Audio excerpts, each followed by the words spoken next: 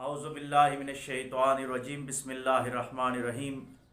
معزز ناظرین السلام علیکم ورحمۃ اللہ وبرکاتہ۔ امید ہے آپ سب خیریت سے ہوں گے۔ اللہ تبارک و تعالیٰ آپ کی زندگیوں میں مزید رحمتوں اور برکتوں کا نزول فرمائے۔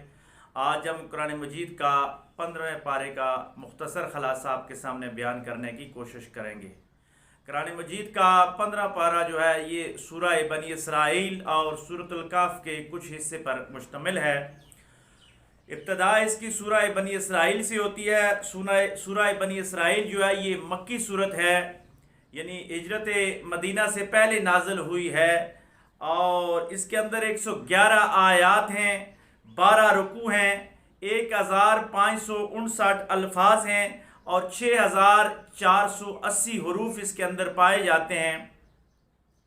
یہ قرآن مجید کی جو صورت ہے یہ شروع ہی معراج النبی صلی اللہ علیہ وآلہ وسلم کے واقعہ سے ابتدا کرتی ہے کہ پاک ہے وہ ذات جس نے اپنے بندہ خاص کو مسجد نبوی سے لے کر مسجد حرام سے لے کر بیت المقدس تک سیر کروائی، یعنی اللہ تبارک و تعالیٰ معراج کے واقعے کو یہاں بیان فرما رہے ہیں، اور آگے پھر مسجد اقصیٰ کے ساتھ ہی فضیلت بیان ہو رہی ہے کہ مسجد اقصیٰ کو اللہ تبارک و تعالیٰ کی خاص رحمتوں نے گھیرے میں لیا ہوا ہے۔ تو مفسرین فرماتے ہیں کہ اللہ کی ان خاص رحمتوں سے مراد یہ ہے کہ مسجد اقصیٰ کے ارد گرد 70,000 انبیاء کے مزارات ہیں، ان کی آخری حرمگاہیں ہیں، تو اس وجہ سے اس مسجد کو خاص برکت حاصل ہے اور یہ مسلمانوں کا قبلہ بھی رہا ہے۔ تو اللہ تبارک و تعالیٰ نے مسجد اقصیٰ کو ایک خاص اہمیت دی ہے۔ اس کے ساتھ ہی اللہ فرماتا ہے کہ اللہ اپنی قدرت کے جو موتی ہے وہ دکھاتا ہے اور وہ سننے والا اور جاننے والا ہے۔ اور ساتھ ہی آگے پھر موسیٰ علیہ السلام کا ذکر ہوتا ہے کہ موسیٰ علیہ السلام کو ہم نے کتاب دے کر بنی اسرائیل کی طرف بھیجا، اور پھر ساتھ یہ بھی تبلیغ کی کہ لوگوں کسی کے ساتھ کسی کو بھی اللہ کا شریک نہ ٹھہرانا، یعنی اللہ واحد ہے، یکتا ہے، اس کے ساتھ کسی کو بھی شریک نہ بنانا۔ اور آگے اللہ پھر فرما رہا ہے اس کے ساتھ ہی کہ ہم نے نوح علیہ السلام کو بھی اسی طرح ہدایت کے ساتھ بھیجا تھا، اور آپ نوح علیہ السلام کی ہی اولاد میں سے ہو، یعنی وہ لوگ جو نوح علیہ السلام کے ساتھ کشتی میں سوار ہوئے تھے ہدایت یافتہ، یہ دنیا جتنی بھی بچی ہوئی ہے یہ انہی کی نسل آگے چل رہی ہے۔ آگے پھر اللہ بنی اسرائیل کی سرکشیوں کا ذکر کر رہا ہے کہ اتنی نعمتوں اتنے معجزات آنے کے باوجود وہ قوم حق کی طرف نہیں آ رہی تھی بلکہ باطل کی راستوں پہ سرکشی کر رہے تھے۔ آگے اللہ فرماتا ہے کہ پھر اللہ نے اپنا وعدہ مکمل فرمایا اور عذاب ایک دن آ کے ہی رہتا ہے، اور جو انعام والے ہوتے ہیں، جو متقی ہوتے ہیں، جو پرہیزگار ہوتے ہیں، ان پہ ایک دن انعام کا وعدہ بھی پورا ہو کر رہتا ہے۔ اس کے ساتھ ہی اللہ فرماتا ہے کہ تیرا رب رحم کرنے والا ہے مومنین پر، نیک بندوں پر، اور کافروں کے لیے اس نے دوزخ کا عذاب تیار کر رکھا ہے۔ اور پھر آگے اللہ فرماتا ہے کہ یہ قرآن سیدھی راہ دکھاتا ہے، جو اس کے راستے پر چلتے ہیں اور جو جہنم کی طرف جا رہے ہیں ان کے لیے پھر جہنم کا ہی عذاب ہے، یعنی جو بے ہدایت لوگ ہیں۔ آگے اللہ فرماتا ہے کہ انسان فطرتاً جلد باز ہے، یہ بعض اوقات ایسی چیز طلب کر رہا ہوتا ہے جو اس کے لیے بہتر نہیں ہوتی، لیکن اللہ نے جو اس کے لیے بہتر رکھا ہوتا ہے وہی اس کو عطا فرماتے ہیں۔ آگے اللہ فرماتا ہے کہ دن اور رات میں تمہارے لیے آسانی اور آرام مہیا کیا گیا ہے، کہ تاکہ رات کو تم آرام کر سکو اور دن کو اپنا ذریعہ معاش تلاش کر کے اپنی آمدنی بڑھا سکو۔ آگے اللہ فرماتا ہے کہ قرآن میں نے سب کچھ کھول کھول کر بیان کر دیا ہے تاکہ ہدایت والے لوگ ہدایت حاصل کر سکیں۔ اس کے ساتھ ہی اللہ فرماتا ہے کہ ہر آدمی کا حساب لکھا ہوگا، اور قیامت کے دن اللہ اس کو نامہ اعمال دے گا کہ یہ اپنے نامہ اعمال کو پڑھ، نیک آدمی اس کو پڑھ کر خوش و خرم ہو جائے گا، اور جو گناہگار ہوگا وہ پریشان ہو جائے گا۔ اللہ فرماتا ہے اس کے ساتھ ہی آگے کہ حق جو ہے یہ ہے ہی غالب ہونے کے لیے، اور باطل ہمیشہ مٹنے کے لیے تھا اور یہ مٹ کر ہی رہے گا۔ اس کے ساتھ ہی اللہ فرماتا ہے کہ جو حق پر ہے وہ جنت کا مزہ چکھے گا، اور جو باطل پر ہے وہ دوزخ کا مزہ چکھے گا۔ آگے اللہ فرماتا ہے کہ ہم کسی بھی قوم پر عذاب نہیں بھیجتے جب تک اس پہ پہلے رسول اور ہادی نہ بھیج لیں۔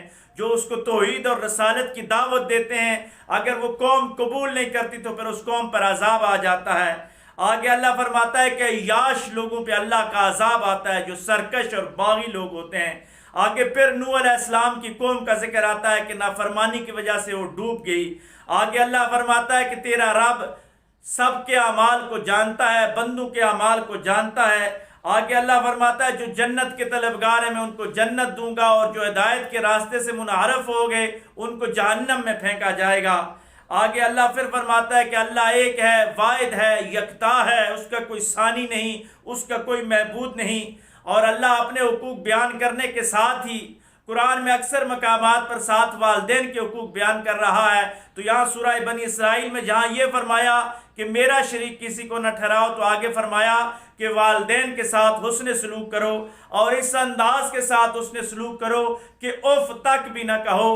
اف ایک کمزور ترین لفظ ہے، یہ بھی نہ کہو کہ اف، یعنی آپ ہر طریقہ کے ساتھ عاجزی کے ساتھ، آگے اللہ فرماتا ہے کہ اپنے شانوں کو اچکاؤ نہ، بلکہ اپنے کندھے عاجز بنا کر ان کے سامنے پیش کر دو، اور ہر لحاظ سے والدین کی خدمت کرو۔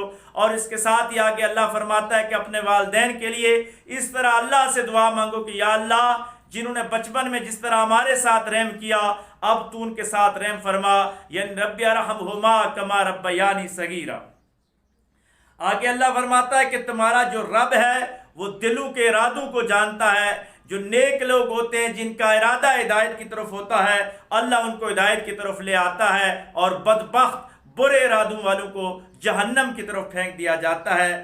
آگے اللہ فرماتا ہے جو رجوع کرنے والا ہوتا ہے، جو اللہ کی طرف آنا چاہتا ہے، اللہ اس کو ضرور بخشتا ہے۔ اس کے ساتھ ہی آگے پھر اللہ قرابت داروں، محتاجوں اور مسافروں کے بارے میں فرما رہا ہے کہ ان کو حق ادا کرو، ان کے ساتھ حسن سلوک کرو، ان کو صدقہ و خیرات دیا کرو۔ آگے اللہ فرماتا ہے کہ فضول خرچ کبھی نہ بننا، جو فضول خرچ ہوتا ہے وہ شیطان کا بہی ہوتا ہے۔ اور آگے اللہ فرماتا ہے کہ اللہ کی رحمت کی امید رکھو اور نرم لہجے میں بات کیا کرو۔ جو نرم لہجہ رکھتے ہیں، جو سافٹ گفتگو کرتے ہیں، وہی در حقیقت اللہ کی رحمت کے امیدوار ہوتے ہیں۔ آگے پھر اللہ فرماتا ہے کہ نہ اتنی کنجوسی کرنا کہ اپنے ہاتھ کو سینوں کے ساتھ باندھ لو، بلکہ حق کے راستے پہ خرچ کرو، اپنی مال، اپنی اولاد، اپنے مال پہ، اپنے رشتہ داروں پہ، اپنے اعزاء و اقرباء پہ، اپنے فیملی والوں پہ خرچ کرو اپنے مال کو۔ کنجوس بھی نہ بنو اور فضول خرچ بھی نہ بنو، یعنی میانہ روی کے ساتھ چلو۔ اور ہمارے آقا علیہ السلام نے اس قرآن کی تبلیغ دیتے ہوئے یہ فرمایا، آقا علیہ السلام کی حدیث کا مفہوم ہے کہ مومن کا جو راستہ ہوتا ہے وہ اعتدال والا راستہ ہوتا ہے، وہ درمیانی چال ہوتی ہے، وہ میانہ روی سے چلتا ہے۔ زندگی کے ہر کام میں جس نے میانہ روی اختیار کی، اللہ اس کو کامیاب فرما دیتا ہے۔ آگے اللہ فرماتا ہے کہ اللہ چاہتا ہے جس کی روزی تنگ کر دیتا ہے اور جس کی چاہے وسیع کر دیتا ہے، یعنی رزق دینے والی وہ ذات ہے، وہ اپنے بندوں کے حالات سے خوب واقف ہے۔ اس کے ساتھ ہی آگے اللہ فرماتا ہے کہ مفلسی کے ڈر سے، غریبی کے ڈر سے اپنی اولاد کو قتل نہ کرنا، یہ اللہ تمہیں بھی رزق دیتا ہے اور تمہاری اولادوں کو بھی رزق دیتا ہے۔ اور آگے اللہ فرماتا ہے کہ زنا کے قریب بھی نہ جانا، یہ بہت ہی برا فعل ہے، یعنی زنا کرنا تو دور کی بات ہے، اس کے قریب بھی نہ بھٹکنا، اس کا سوچنا بھی نہیں، یہ بہت برا فعل ہے۔ آگے اللہ فرماتا ہے کہ نہ حق کسی کو قتل نہ کرنا، کیونکہ قتل بہت بڑا ظلم ہے۔ جس نے ایک انسان کو قتل کیا گویا اس نے پوری انسانیت کو قتل کیا۔ آگے اللہ فرما رہا ہے کہ قتل کا قصاص لو، یعنی قاتل سے بدلہ لیا جائے۔ اس کے ساتھ ہی آگے اللہ فرما رہا ہے کہ یتیم کا مال کبھی نہ کھانا، اور ناپ تول میں کمی نہ کرنا، اور وعدے کو پورا کرنا۔ اس کے ساتھ ہی آگے اللہ فرماتا ہے کہ تجسس نہ کرو، کسی کی ٹو میں نہ لگے رہو۔ کان، آنکھ اور دل کے گناہ سے بچو، پوچھا جائے گا۔ کان نے اگر کوئی غلط بات سنی، آنکھ نے کوئی غلط بات دیکھی، دل نے کسی غلط بات کی طرف اشارہ کیا تو ان سے پوچھا جائے گا۔ سورہ بنی اسرائیل کی یہ آیات ایک ہمارے سوشل سرکٹ میں، ہمارے سماجی نظام میں اور ہمارے عمرانی نظام میں ایک ریڑھ کی ہڈی کی حیثیت رکھتے ہیں۔ اگر ان آیات پہ ہم عمل کریں تو ہمارا معاشرہ جنت نظیر بن سکتا ہے۔ یہ بات ختم نہیں ہوتی، بلکہ آگے اللہ فرماتا ہے کہ زمین پر اکڑ اکڑ کر نہ چلو۔ تم زمین پر اکڑ اکڑ کر، اللہ فرماتا ہے کہ تم نہ زمین کو پھاڑ سکتے ہو، نہ تم پہاڑوں اور آسمانوں تک پہنچ سکتے ہو، کیوں ایسا کام کرتے ہو؟ آگے اللہ فرماتا ہے کہ اللہ کی رحمت سے مایوس نہ ہونا، جو اللہ کی رحمت سے مایوس ہوتے ہیں حقیقی طور پر وہی گناہگار ہوتے ہیں۔ آگے اللہ فرماتا ہے کہ یہ جو وحی ہے، اللہ وحی بھیجتا ہے اپنے پیغمبروں پر، یہ عقل والوں کے لیے نشان راہ ہے، اور شرک کبھی نہ کرنا، شرک جرم عظیم ہے۔ آگے اللہ فرماتا ہے کہ اللہ پر الزام نہ لگاؤ کہ اللہ کی بیٹیاں ہیں فرشتے، بلکہ اللہ اولاد سے پاک ہے۔ اور آگے اللہ فرماتا ہے کہ یہ اللہ پر جو شرک کا الزام ہے، بیٹیوں کا الزام ہے، یہ بہت ہی بھاری الزام ہے، اور اس کا بھاری بدلہ چکانا پڑے گا عذاب کی صورت میں ان مشرکین کو۔ آگے اللہ فرماتا ہے کہ کھول کر قرآن تمہارے آگے رکھ دیا ہے تاکہ تم سمجھ حاصل کر سکو۔ آگے اللہ فرماتا ہے وہ صاحب عظیم عرش کا مالک ہے جو اللہ ہے، اور وہ پاک ہے، سب پاکیوں کا لائق وہی ہے۔ آگے اللہ فرماتا ہے کہ اللہ یہ ساتوں زمین اور ساتوں آسمان اللہ کی حمد اور تسبیح بیان کرتے ہیں، اور جو کچھ بھی اس میں ہے سب اللہ جانتا ہے۔ آگے اللہ فرماتا ہے کہ نیکیاں بڑھتی رہتی ہیں، وہ غفور الرحیم ہے، معاف فرمانے والا ہے۔ آگے اللہ فرماتا ہے کہ تم قرآن پڑھو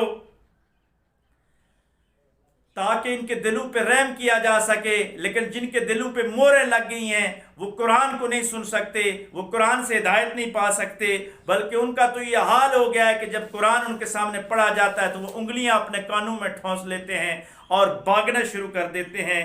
آگے اللہ فرماتا ہے کہ قرآن کی وجہ سے یہ آپ پہ جادو کا الزام لگاتے ہیں کہ معاذ اللہ محمد علیہ السلام پہ کوئی سحر ہے، یہ نادان وحی اور جادو میں فرق نہیں کر سکے، یہ قرآن اللہ کی ہدایت اور معجزہ عظیم ہے۔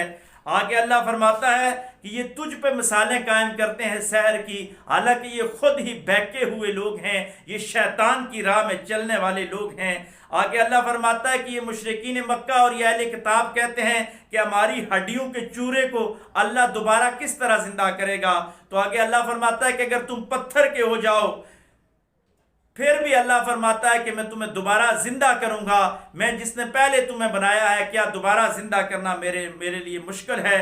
آگے اللہ فرماتا ہے کہ تم آخرت کی جلدی پوچھتے ہو، جلدی عذاب کی بات کر رہے ہو، اپنے اس وقت پر یہ ضرور حساب و کتاب بھی ہوگا اور عذاب بھی ہوگا۔ اس کے ساتھ ہی اللہ نیک لوگوں کی تعریف فرماتا ہے کہ جو میرے بندے ہوتے ہیں وہ شیطان کے راستے پہ نہیں چلتے، اور اللہ فرماتا ہے کہ یہ شیطان میرے بندوں کا دشمن ہے، اس لیے بندو شیطان سے بچ کر رہنا۔ آگے اللہ فرماتا ہے کہ تیرا رب خوب جانتا ہے جو کچھ بھی تم کرتے ہو، رحم کرنے والوں کو ثواب ملے گا اور ظلم کرنے والوں کو عذاب دیا جائے گا۔ آگے اللہ فرماتا ہے کہ تیرا رب دلوں کے ارادوں کو خوب جانتا ہے۔ آگے اللہ فرماتا ہے کہ پیغمبروں میں سے بعض پیغمبروں کو ہم نے دوسروں پر فضیلت بخشی، اور داؤد علیہ السلام کو ہم نے الہامی کتابوں میں زبور عطا فرمائی، یعنی ایک فضیلت کی بات ہے کہ کسی نبی کو الہامی کتاب عطا ہو جائے، اور ہمارے آقا و مولا صلی اللہ علیہ وآلہ وسلم کو سب سے افضل الہامی کتاب صحیفہ انقلاب و اصلاحات یعنی قرآن مجید عطا ہوا۔ آگے اللہ فرماتا ہے کہ سب بستیوں میں ہم آزمائش بھیجتے ہیں، دنیا میں ایسی کوئی بھی بستی نہیں ہے جس پہ آزمائش نہ آ سکے، اس لیے کہ تاکہ پہچانا جا سکے کہ کھرا کون ہے اور کھوٹا کون ہے۔ آگے اللہ فرماتا ہے ہم لوگوں کو آزماتے بھی ہیں اور ڈراتے بھی ہیں۔ اور آگے اللہ فرماتا ہے کہ آدم علیہ السلام کے بنانے پہ شیطان نے اعتراض کیا، اس لیے اعتراض کیا کہ میں آگ سے پیدا کیا گیا ہوں، یہ مٹی سے بنایا گیا ہے، میں کیوں اس کو سجدہ کروں؟ اللہ نے اس کو جہنم کا رائی بنا لیا۔ شیطان نے مہلت مانگی تو اللہ نے کہا کہ مہلت مل گئی ہے، جو تیرے ہوں گے وہ تیرے ساتھ ہوں گے، جو میرے ہوں گے وہ میرے راستے پہ چلیں گے۔ آگے اللہ فرماتا ہے کہ اللہ کے بندوں کو میں ہمیشہ ہدایت دیتا ہوں، یعنی اخلاص کے ساتھ جو میری طرف آتے ہیں ان کو ہدایت مل جاتی ہے۔ آگے اللہ فرماتا ہے کہ میں نے دریاؤں کو تمہارے لیے مسخر کر دیا، ان میں کشتیاں چلا دی تاکہ ان سے تم رزق حاصل کر سکو۔ آگے اللہ فرماتا ہے کہ یہ مشرک لوگ جب دریا میں جاتے ہیں تو اللہ کو پکارتے ہیں نکلنے کے لیے، لیکن جب دریا کے کنارے پہ پہنچ جاتے ہیں تو پھر شریکوں کو بلاتے ہیں، یہ کتنے ظالم لوگ ہیں۔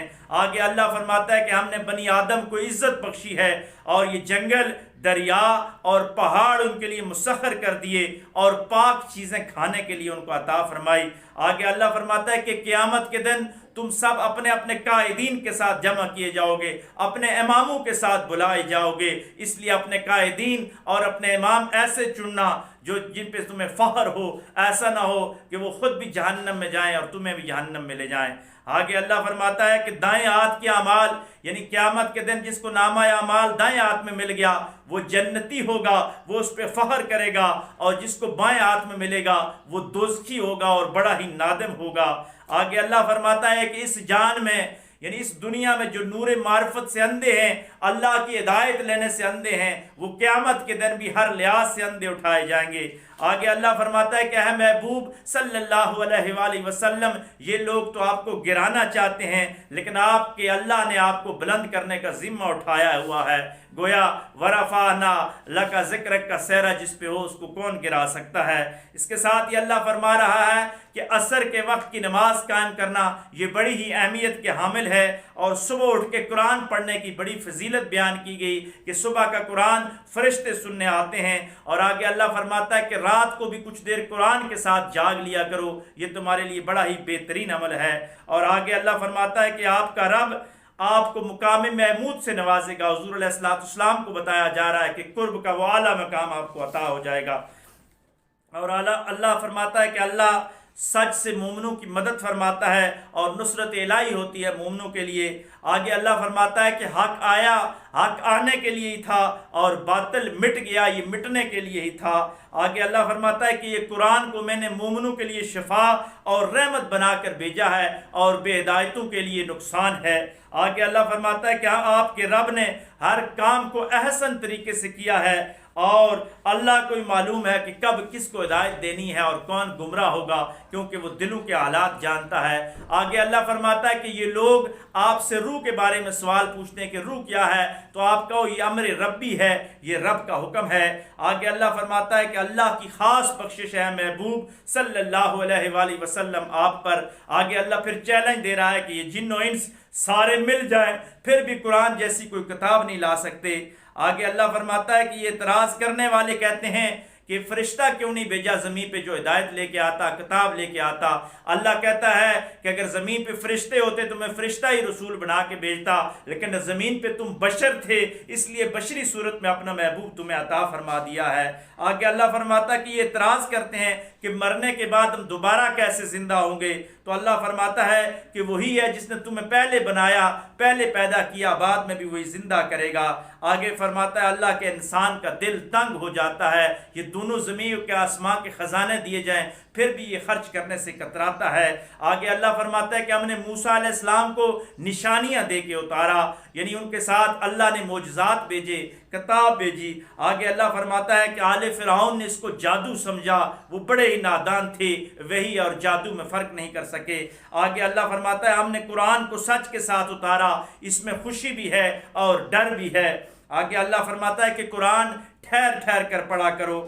آگے اللہ فرماتا ہے کہ اے لوگو تم میرے نبی کی نبوت پہ ایمان لاؤ یا نہ لاؤ، میری نبی کی نبوت پہ کوئی فرق نہیں پڑتا، تمہارا رب پاک ہے اور اس کا وعدہ پورا ہو کے ہی رہنا ہے۔ اور عاجز لوگوں کی نشانی ہے کہ وہ اللہ کی بارگاہ میں عاجزی کے ساتھ سجدہ کرتے ہیں، اسماء الحسنہ سے اللہ کے پاک اور بلند ناموں سے اللہ کو پکارتے ہیں، اس کی پاکی بیان کرتے ہیں۔ اللہ فرماتا ہے کہ بس یہی کام کیا کرو، یعنی اسماء الحسنہ کے ساتھ اس کو پکارا کرو اور اس کی پاکی بیان کیا کرو۔ یہاں پہ آخری جو لفظ ہے کہ سورہ بنی اسرائیل میں کہ اللہ بڑی کبریائی والا ہے، بس یہاں پہ یہ صورت اختتام پذیر ہوتی ہے۔ اس کے ساتھ ہی 15 پارے میں جو آخری صورت ہے سورۃ الکاف کا کچھ حصہ ہے۔ سورۃ الکاف جو ہے یہ مکی صورت ہے، اس میں 110 آیات پائی جاتی ہیں، 12 رکوع ہیں اس کے اندر، اور 1583 الفاظ اس کے اندر پائے جاتے ہیں، اور 6425 حروف اس کے اندر پائے جاتے ہیں۔ اس میں اصحاب کاف یعنی غار والے اصحاب کا واقعہ ہے، اس وجہ سے اس سورت کو سورہ کاف کہا گیا۔ بیسیکلی یہ جو مشرکین مکہ تھے اور یہود نے آ کے مشرکین مکہ سے یہ بات کی کہ اگر یہ نبی ہیں تو ان سے سوال کریں کہ یہ موسیٰ علیہ السلام اور خضر علیہ السلام کے واقعے کے بارے میں بتائیں، یہ ذوالقرنین علیہ السلام کے واقعے کے بارے میں بتائیں، اور اصحاب کہف کے بارے میں بتائیں، کیونکہ مکہ کے لوگ یہ چیزیں جانتے نہیں تھے۔ وہ سوال لے کے آئے، اللہ نے حضور علیہ السلام کی زبان پہ یہ صورت جاری فرما دی، ان کو جواب بھی مل گیا، اور نبی علیہ السلام کی نبوت پہ قیامت تک ایمان لانے والوں کا سر فخر سے بلند ہو گیا، اور مومنوں کے لیے اور ہدایت والوں کے لیے بڑے عقدے حل ہو گئے اور بڑی ہدایت کی راہیں کھل گئی۔ اس صورت کی ابتدا اس بات پہ ہوتی ہے کہ اللہ فرماتا ہے کہ پاک ہے وہ ذات جس نے اپنے بندہ خاص پہ اپنی خاص کتاب اتاری، یعنی قرآن مجید، اور آگے اللہ فرماتا ہے کہ ایمان والوں کے لیے خوشخبری ہے اور نافرمانوں کے لیے ڈر ہے۔ اس کے ساتھ ہی اللہ فرماتا ہے کہ نافرمان لوگ جو ہیں یہ جھوٹے ہیں، آپ ان کے ہدایت نہ لانے پہ پریشان نہ ہوں، آپ کا کام صرف حق بات پہنچا دینا ہے۔ آگے اللہ فرماتا ہے کہ ہم نے زمین کو خوبصورت بنایا ہے، نشانیاں بنائی ہیں لوگوں کے لیے تاکہ وہ ہدایت حاصل کر سکیں۔ آگے پھر غار والوں کا واقعہ شروع ہو جاتا ہے۔ اس کے بارے میں مختلف مفسرین نے مختلف واقعات بیان کی ہیں، لیکن قرآن اتنا کہتا ہے کہ کچھ اہل توحید جو تھے وہ ظالم بادشاہ سے تنگ آ کر ایک غار میں جا کر چھپ جاتے ہیں۔ وہ 3 تھے، 5 تھے یا 7 تھے، اور ان کے ساتھ ایک کتا تھا۔ وہاں جا کے وہ بادشاہ سے چھپ کے کچھ دیر کے لیے آرام کرنا اللہ کو مقصود ہوتا ہے۔ وہاں پہ غار کے اندر جب وہ جاتے ہیں، ان کا کتا بھی ان کے ساتھ جاتا ہے حفاظت کے لیے، اور اللہ فرماتا ہے کہ 300 سے زائد سال میں نے ان کو وہاں رکھا، اور ان کی کروٹیں بھی اللہ اپنی قدرت سے بدلی کرواتے رہے۔ زمانے کے تغیر و تبدل ان پہ کوئی اثر نہ لا سکے، اور 300 سال کے بعد جب وہ باہر آتے ہیں، ان کے پاس جو سکہ ہوتا ہے وہ وہاں جا کے لاتے ہیں کہ ہم کوئی چیز حاصل کر سکیں، تو وہ سکہ 300 سال پرانے بادشاہ کا ہوتا ہے۔ لوگوں پہ عقدہ کھل جاتا ہے، وہ سمجھتے ہیں ہم کچھ دیر آرام کے لیے تھے، لیکن حقیقت میں 300 سال تک وہاں رہے۔ اللہ فرما رہا ہے یہاں کفار مکہ کے لیے بھی ایک بڑی دلیل ہے کہ تم جو کہتے ہو کہ دوبارہ زندہ کس طرح کیا جائے گا، اللہ اگر غار کے اندر اتنے 100 سال بندوں کو حفاظت کے ساتھ رکھ سکتا ہے تو اس کے لیے دوبارہ زندہ کرنا کون سی مشکل بات ہے۔ اس واقعے کے اندر بڑی حکمتیں ہیں کہ جو حق والے لوگ ہوتے ہیں وہ حق کو چھوڑا نہیں کرتے، وہ تخیل میں، وہ تنہائی میں چلے جاتے ہیں، کنارہ کش ہو جاتے ہیں، لیکن حق سے باز نہیں آتے۔ اور دوسری طرف صحبت کی بات ہے کہ اگر نیک لوگوں کے ساتھ، اہل توحید کے ساتھ کتا بیٹھ جائے تو اللہ اس کا بھی ذکر قرآن میں فرما دیتا ہے اور جنت بھیج دیتا ہے۔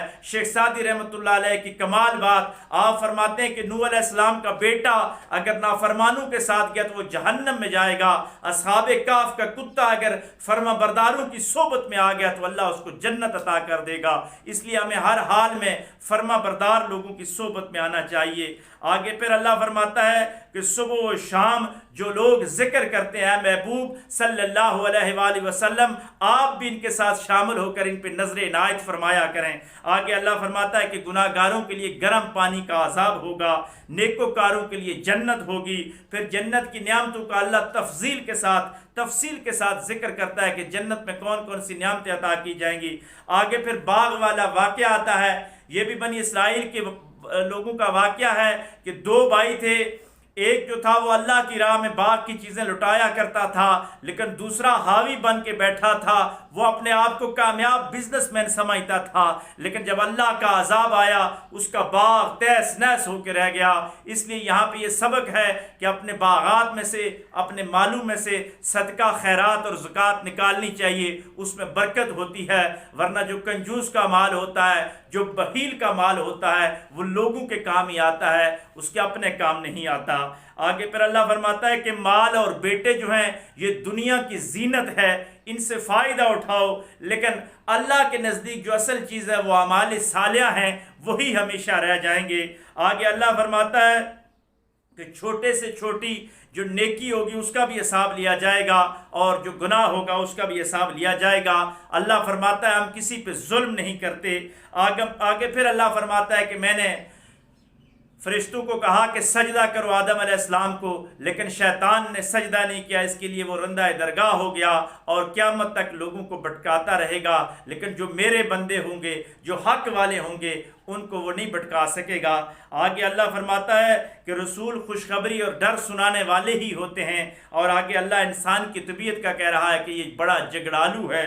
آگے اللہ فرماتا ہے اس سے بڑا ظالم کون ہے جو اللہ کی آیات کو جھٹلائے، یعنی جو قرآن مجید کا انکار کر دے، اس سے بڑا ظالم کون ہو سکتا ہے۔ آج بھی جو لوگ قرآنی اصولوں کو اور قرآنی احکامات کو پارلیمنٹ میں نہیں لا رہے، اپنی عدالتوں میں نہیں لا رہے، اور یہ بہانہ بنا رہے ہیں کہ یہ 1400 سال کی پرانی روایات ہیں، ان کے لیے بھی یہی بات ہے کہ ان سے بڑا ظالم کون ہو سکتا ہے جو قرآن کے نظام کو جھٹلا رہے ہیں۔ آگے اللہ فرماتا ہے کہ نافرمان جو قومیں ہوتی ہیں ان پر اللہ کا عذاب آ کے ہی رہتا ہے۔ اور سورۃ الکاف کا جو آخری رکوع، یہاں 15ویں سپارے کا جو آخری رکوع ہے، یہ موسیٰ علیہ السلام اور خضر علیہ السلام کے واقعے کی ابتدا کرتا ہے، لیکن تفصیل کے ساتھ اس کا جو واقعہ ہے وہ 16ویں سپارے میں آتا ہے۔ لیکن مختصراً 15ویں سپارے میں یہی آتا ہے کہ موسیٰ علیہ السلام اور خضر علیہ السلام کا موسیٰ علیہ السلام اپنے بھائی کو لے کے جاتے ہیں، ایک مچھلی پکا کے ساتھ لے کے جاتے ہیں، اور دریا کے ایک مقام پر مچھلی زندہ ہو کے وہاں چلی جاتی ہے، تو وہ خضر علیہ السلام کے ساتھ ملنا چاہتے ہیں، تو ان کا بھائی کہتا ہے کہ مچھلی تو فلاں مقام پہ زندہ ہو کے چلی گئی تھی، تو آپ نے فرمایا کہ وہی مقام تھا وہ جہاں نیک آدمی ملنا تھا۔ معلوم یہ ہوا کہ جہاں مردے بھی زندہ ہو جائیں وہاں اللہ کے مقربین لوگ رہتے ہیں، یعنی مردہ دل بھی اگر ان لوگوں کے پاس چلے جائیں تو ان کی برکت سے اللہ زندہ کر دیتا ہے۔ پھر خضر علیہ السلام سے ملاقات ہوتی ہے تو وہ کہتے ہیں کہ آپ جلد بازی کرو گے، میرے معاملات پہ آپ سوال اٹھاؤ گے، اس لیے آپ میرے ساتھ نہیں چل سکتے، لیکن وہ کہتے ہیں کہ میں آپ کے ساتھ چلوں گا، میں اللہ کے راز حاصل کرنا چاہوں گا۔ کل انشاءاللہ جو 16ویں سپارے کی ابتدا ہوگی اس میں موسیٰ علیہ السلام اور خضر علیہ السلام کا واقعہ تفصیل کے ساتھ بیان کرتے ہوئے آگے جائیں گے۔